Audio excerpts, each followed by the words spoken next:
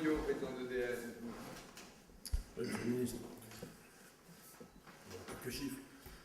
EDF, ça a été au titre du plan de relance 2,5 milliards d'investissements supplémentaires par rapport au plan initial, sur les 17 milliards d'investissements du groupe au titre de l'exercice 2009. L'ensemble de ces investissements sont bien sûr engagés, même si une partie sera décalée en paiement au début de l'année 2010, mais enfin tout a été engagé à ce jour. Donc 2,5 milliards représentant en emplois directs et indirects à peu près 20 000 emplois. C'est un chiffre qu'on peut retenir comme étant significatif.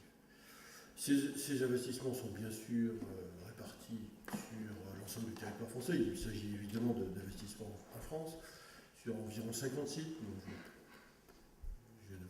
je suis disposé à vous donner la liste, enfin, c'est un peu long défini. Évidemment, ces investissements sont consacrés soit aux grandes infrastructures de production, notamment la rénovation, le lancement de nouvelles centrales et la maintenance des centrales existantes qui sont accélérées, puisqu'au fond, ça s'ajoute à un plan d'investissement qui était déjà anticipé et prévu. C'est également des investissements dans le domaine de la recherche, du développement, de nouvelles technologies, de nouvelles centrales en cours de développement qui conduiront demain à des investissements supplémentaires en réalisation et à des emplois supplémentaires en France, mais provenant aussi de développements internationaux, puisque le groupe se développe énormément à l'international.